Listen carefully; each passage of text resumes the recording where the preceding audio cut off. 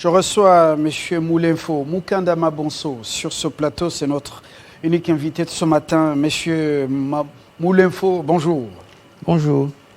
Moulenfo, ça signifie Bon, Moulenfo, ça signifie pardon, grâce. Pardon.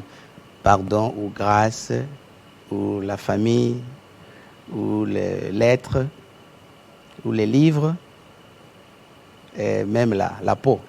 Très bien. Je dois vous présenter quand même de manière succincte. Mukanda Mabonso Moulenfo, vous êtes docteur en missiologie. Vous êtes donc avec une thèse de doctorat justement, fondateur de l'AFPALM, éducation en programme. Vous êtes écrivain, consultant en littérature pour enfants, développement de la littérature, de la culture plutôt, et de la culture et organisation communautaire. Vous êtes fécond en littérature pour enfants. Tous ces livres sur vous, c'est vous, c'est-à-dire sont vos ouvrages. J'aimerais que vous nous présentiez un par un. Vous écrivez pour les enfants. Et ça, c'est formidable. Vous avez écrit sur des chefs d'État, sur de grandes personnalités de l'Afrique. Et c'est pour contribuer à la culture africaine. Vous avez commencé par quel livre quand vous avez commencé à écrire? Merci beaucoup. Je n'ai pas cet ouvrage parce que je crois que c'est à la bibliothèque de l'IPC, mais c'est intitulé la Thabo Mbeki et la Renaissance africaine. Ça, c'est en 2000. Thabo Mbeki et la Renaissance africaine. Oui. Thabo Mbeki qui vient de totaliser, je crois, 80 ans. 80 ans. C'était le 18 juin. Mais il a des lauréats sur le continent, mais chez lui, pas très... c'est pas un homme très pop. Hein. Si, il est populaire en Afrique du Sud. Si, il est populaire. Parce qu'aujourd'hui, je pense que c'est un des meilleurs des présidents que l'Afrique du Sud a eu. Ouais. Très proche du Congo, oui, on se souvient sur Joseph Kabila. Ouais, très proche du Congo. Un homme très, très engagé, comme Mandela. Oui, le deuxième. Donc, et puis il y a un deuxième que je n'ai pas ici. C'était pour les enfants. C'est en 2001. C'est là où j'avais eu les goûts de commencer à écrire pour les enfants. Est-ce que Thabo Mbeki lui-même sait que vous avez écrit sur lui pour les enfants? Bien sûr. D'ailleurs, en 2017, je l'ai invité dans une école secondaire en Afrique du Sud, là où il est venu, pour parler de cet ouvrage et aussi de l'OFPALM. Donc, il me connaît très bien et je suis le seul à avoir écrit d'abord un livre sur lui, sur la Renaissance africaine, mon premier ouvrage là. C'est un ouvrage qui a été acheté par le ministère des Affaires étrangères et envoyé dans toutes les ambassades de l'Afrique du Sud. Ouais. En anglais? En anglais. J'écris en anglais parce que... Un vrai anglais ou bien Yassimanda? Non, c'est un vrai anglais. Parce que c'est l'anglais, moi je parle anglais, ça fait beaucoup d'années que je suis là. Justement, donc, alors, voilà. troisième? Oui, et puis, qu'est-ce que j'avais fait après ces deux ouvrages? Je me suis concentré maintenant sur la littérature pour enfants. Et là, donc, je considère cet ouvrage comme le premier de la série. C'est les histoires de... Galema Motlanthe. Galema Motlanthe, oui. C'est celui qui a remplacé président Thabo Mbeki. C'était un président de transition. Oui. Mais aujourd'hui, il a tous les avantages comme président. C'est notre troisième président d'Afrique du Sud. Ouais.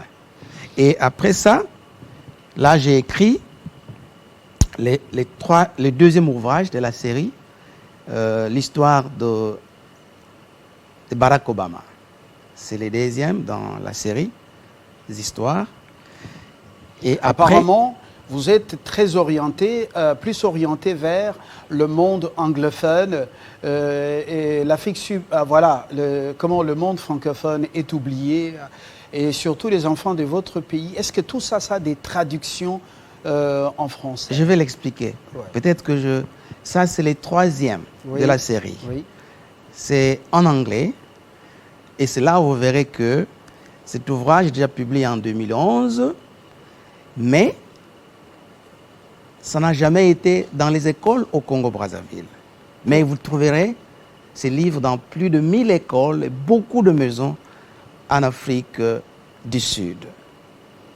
Pourquoi ce manque d'intérêt au Congo, au Brazza, alors que vous avez écrit sur son président qui est en exercice?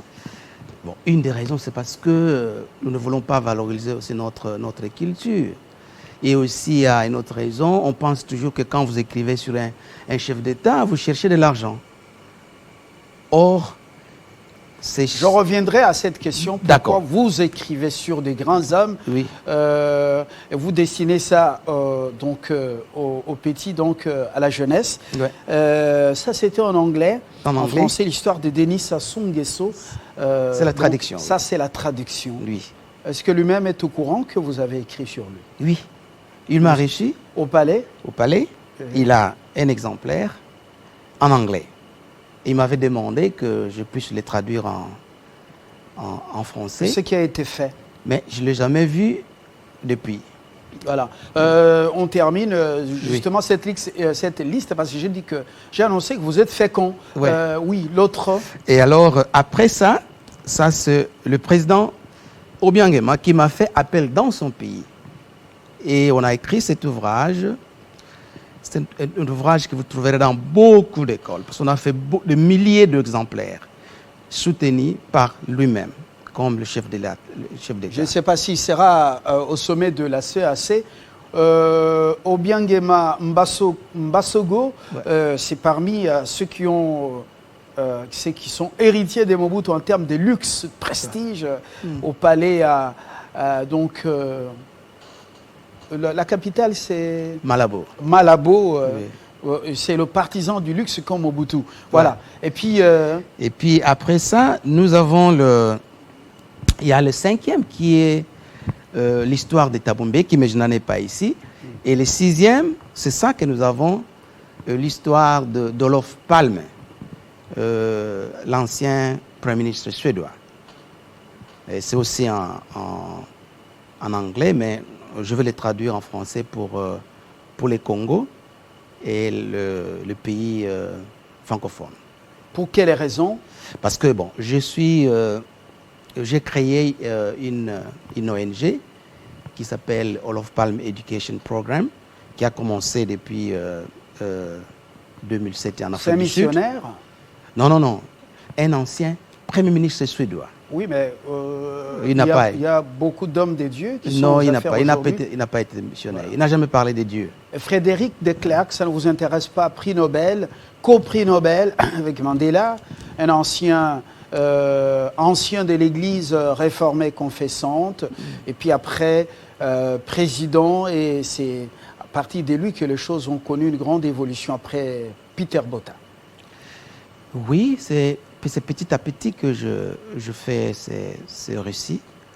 Donc, je demande toujours la famille. Quand la famille s'intéresse, ou bien la fondation s'intéresse, bon, nous pouvons toujours écrire. Et c'est fini. Oui, pour les histoires. Mais il y a d'autres ouvrages. Ça, ce sont les lettres des enfants, qui sont des enfants d'école primaire, entre 9 ans et 13 ans. Ils écrivent à Jacob Zuma. Qui écrivent au président. Ils ont écrit et il m'a reçu. J'étais accompagné de quelques enfants. Vous n'écrivez que pour ceux qui vous reçoivent? Non, pas toujours. Oui. Parce que j'ai écrit en dehors de Mandela sur tous les présidents de l'Afrique du Sud. Alors, Lumumba, est-ce qu'il a l'honneur dans votre littérature? Mais bien sûr que c'est la famille aussi qui doit s'intéresser à ça. Non, Lumumba, c'est un grand, plus que beaucoup là-bas. Vous avez écrit sur lui? Mais j'en ai parlé à ses enfants. J'attends, parce que d'ailleurs, on ferait déjà un livre avant la mort de... Est-ce qu'il faut l'autorisation de la famille pour écrire sur quelqu'un? Oui, parce que je vais avoir des informations, peut-être qui ne sont pas sur l'espace général, quoi. D'accord. C'est pourquoi j'aime ça, que je parle aux membres de la famille. Vous collaboriez avec, n'est-ce pas, les familles afin d'avoir plus d'éléments. Oui. Et c'est fini, apparemment, toute cette pile. Ah ouais. Et après ça, il y a le deuxième, c'est l'aide des enfants au président Obama.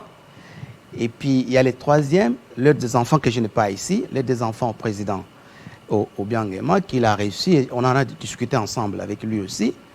Et puis, le quatrième, c'est l'aide des enfants à Oprah Winfrey. Et le cinquième, c'est ça, l'aide des enfants au président Cyril Ramaphosa. Justement, pourquoi vous écrivez toutes ces personnalités? Je n'ai pas pénétré, ce n'est pas le cadre pour pénétrer votre pensée, mais vous allez nous dire, opération de séduction, vous encensez ces gens, pourquoi vous écrivez et vous orientez vers les enfants? Je crois que ce qui m'a encouragé, c'est le fait où, même si vous allez à l'Internet, vous trouverez plus des aspects négatifs sur ces hommes d'État ou ces leaders par rapport aux aspects positifs et surtout les réussites dans leur parcours politique. Mais aussi, je voulais aussi faire savoir aux enfants que tous ces présidents ne sont pas nés présidents. Ils étaient comme nous tous. Ils sont nés dans une famille, ils ont grandi, ils étaient à l'école, peut-être ils ont travaillé. C'est à la fin que la politique est intervenue pour devenir, par exemple, occuper ce poste-là de président. Donc, c'est pour donner un peu aux enfants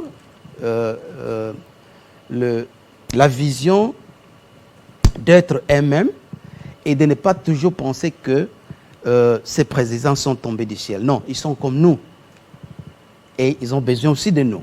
Et ils peuvent apprendre aussi quelque chose de positif dans leur vie, parce qu'ils ont un parcours social. Alors, leur humanisme, humanité, et puis après, y compris les défauts et leurs qualités. Est-ce que vous arrivez, en démontrant aux enfants que ces gens ne sont pas sortis d'une autre planète, d'une autre sphère, ils viennent de nous, est-ce que il vous arrive d'étaler aussi leurs faiblesses en tant qu'homme, en tant que dirigeant? Je ne le fais pas, parce que je pense que leur faiblesse, c'est déjà sur l'espace général. C'est comme je disais que vous verrez que si vous allez à l'Internet, vous ne trouverez que beaucoup de méfaits de ce que l'autre a fait, mais vous trouverez moins de positifs ou de positivisme à propos de ces présidents. Alors moi, je ne parle que de côté positif de ces chefs d'État. Je pense que nous devons aussi mettre l'accent sur ces points positifs. On ne doit pas toujours écrire sur les faiblesses des chefs d'État. Que dites-vous concrètement sur Mbasogo, plusieurs années aux affaires, dans un pays dont on a découvert, dont le sous-sol a révélé le pétrole et qui donne une véritable manne au pays, avec son fils comme vice-président. Qu'est-ce que vous faites découvrir aux enfants africains à travers votre livre sur Obiang Nguema? C'est son engagement pour le développement de son pays et l'amour qu'il a pour son peuple. Et je l'ai senti, je l'ai rencontré plusieurs fois parce que c'est celui qui m'a fait appel dans ces pays-là. Donc l'amour qu'il a pour ces pays-là et sa vision pour les pays. Donc je pense qu'en tant qu'enfant, ils doivent aussi aimer ce qu'ils font et ce qu'ils veulent faire. Parce que sans amour, on ne peut pas se développer. Alors, vous dites que la toile raconte toujours de mauvaises choses sur les dirigeants africains, sans pour autant parler en bien ou de ce qu'ils font de bien. Qu'est-ce que parce que vous êtes vous-même producteur, justement, qu'est-ce que vous faites pour qu'il y ait vulgarisation, distribution en grande échelle dans les écoles de ces publications? Par exemple, quand je parle de l'Afrique du Sud, l'avantage c'est que le gouvernement achète les ouvrages. Je publie, ils vont commander. Et là, quand ils payent, on va imprimer et puis ils vont faire la distribution. Là, en Guinée équatoriale, c'était la même chose parce que c'est c'est le gouvernement qui a acheté les ouvrages et on a imprimé et puis et ils ont fait la distribution, le ministère de l'enseignement primaire et secondaire. Et voilà donc, bon, on pense faire aussi pour les autres pays, mais bon, on verra qu'est-ce qu'ils vont nous répondre. Mais je ne fais pas pour les Congo. Les Congo, j'attends encore que le chef d'État ou bien ceux qui les entourent expriment les désirs. Parce que j'en ai déjà introduit les demandes. Mais au nom du panafricanisme, au nom du patriotisme, vous pouvez faire même sans avoir la demande des concernés, des familles. Vous savez quand on est écrivain, le fait que l'Africain ne lit pas beaucoup, je ne veux pas dire que l'Africain ne lit pas. L'Africain ne lit pas beaucoup et souvent l'Africain en général n'achète pas le livre. Alors, si aujourd'hui un chef d'État, vous écrivez sur lui comme, quand je prends l'exemple du président Obiang-Nguema, qui a mis les moyens, que moi j'ai écrit, il a mis les moyens pour que cet ouvrage soit distribué dans les écoles. C'est ce que j'attends aussi pour les autres présidents. Et celui-ci, il a mis aussi des moyens? Pas encore. J'espère qu'il mettra un jour. Voilà. Mais il y a un véritable souci. Je crois qu'on va terminer par là. Un véritable souci aussi ailleurs.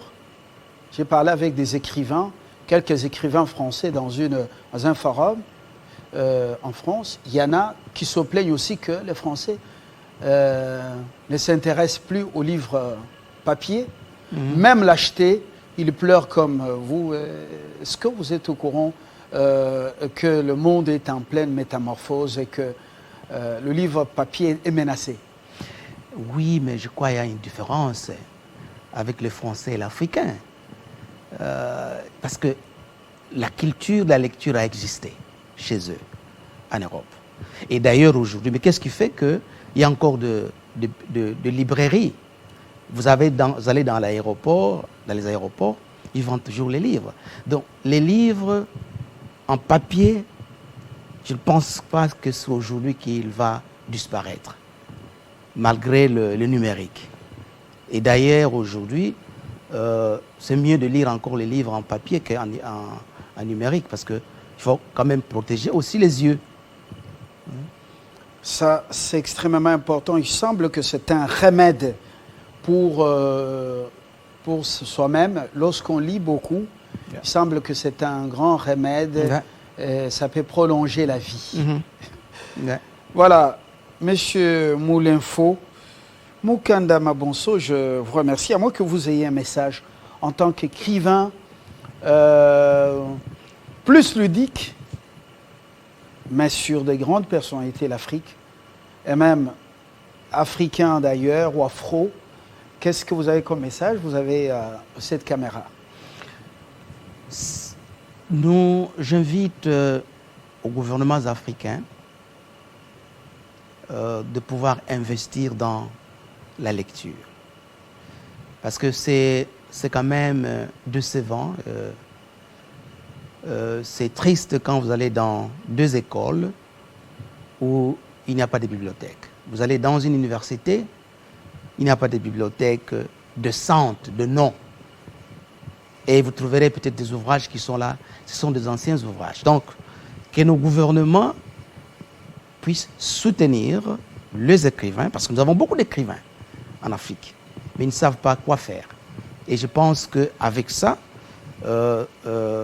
la culture de la lecture sera renforcée et ça pourra aussi ouvrir d'autres horizons pour nos chercheurs et aussi avoir un enseignement de qualité, que ce soit au niveau de la base et au niveau universitaire.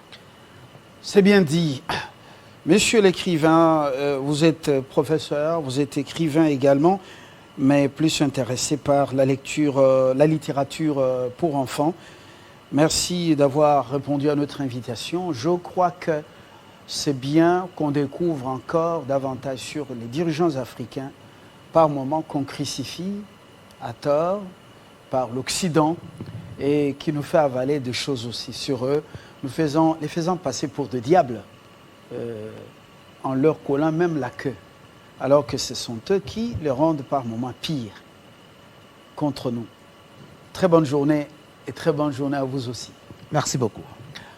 Dans quelques instants, la Minute Info en série et après nous prenons les dessous des cartes. L'édito de Jean-Marie Kassamba ce matin.